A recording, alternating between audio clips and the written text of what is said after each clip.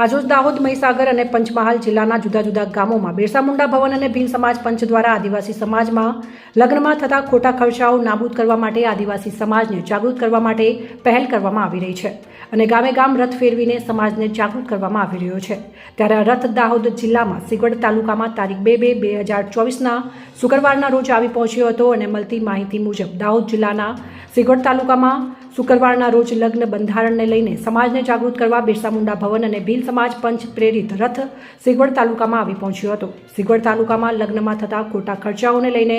આવી પહોંચેલ રથની શરૂઆત આદિવાસી પરિવારના સક્રિય કાર્યકર્તાઓ મુકેશભાઈ ડામોર, શૈલેષભાઈ હટીલા, પર્વતભાઈ ભાભોર અને અન્ય કાર્યકર્તાઓ દ્વારા સિગવડ તાલુકાના મેથાણ ગામથી કરવામાં આવી હતી, જેમાં મેથાણ ગામના આગેવાનો અને કાર્યકર્તાઓ મોટી સંખ્યામાં ઉપસ્થિત રહ્યા હતા। ત્યારબાદ મેથાણથી મોટા આંબલિયા, રણધીકપુર, મલેકપુર, સિંગવડ,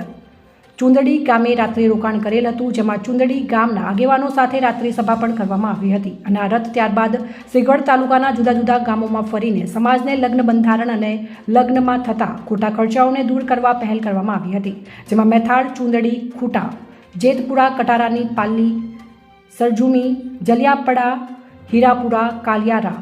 અનુપુરા, વડપીપલા, નાની સંજેલી, તારમી જેવા ગામોમાં સભા યોજવામાં આવી હતી, જેમાં રથની સાથે ઉપસ્થિત બિરસા મુંડા ભવનના ટ્રસ્ટી પ્રવીણભાઈ પારગી અને મુકેશભાઈ ડામોર દ્વારા માર્ગદર્શન અને ખોટા ખર્ચા ઘટાડવા માટે સમાજને બંધારણની સમજ આપવામાં આવી હતી, જેમાં બિરસા મુંડા ભવનના trustee VM Pargi, CR Sangada, Fatehsinh Vahoniya જોડાયા હતા અને સમાજને લગ્નમાં થતા ખોટા ખર્ચાઓ ઘટાડવા માટે ફરી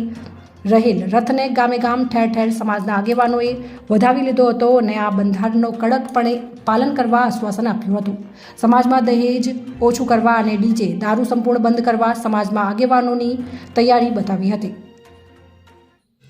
બ્યુરો રિપોર્ટ, અમિત ડામોર, જાક્ષ ગુજરાત, સિગવડ।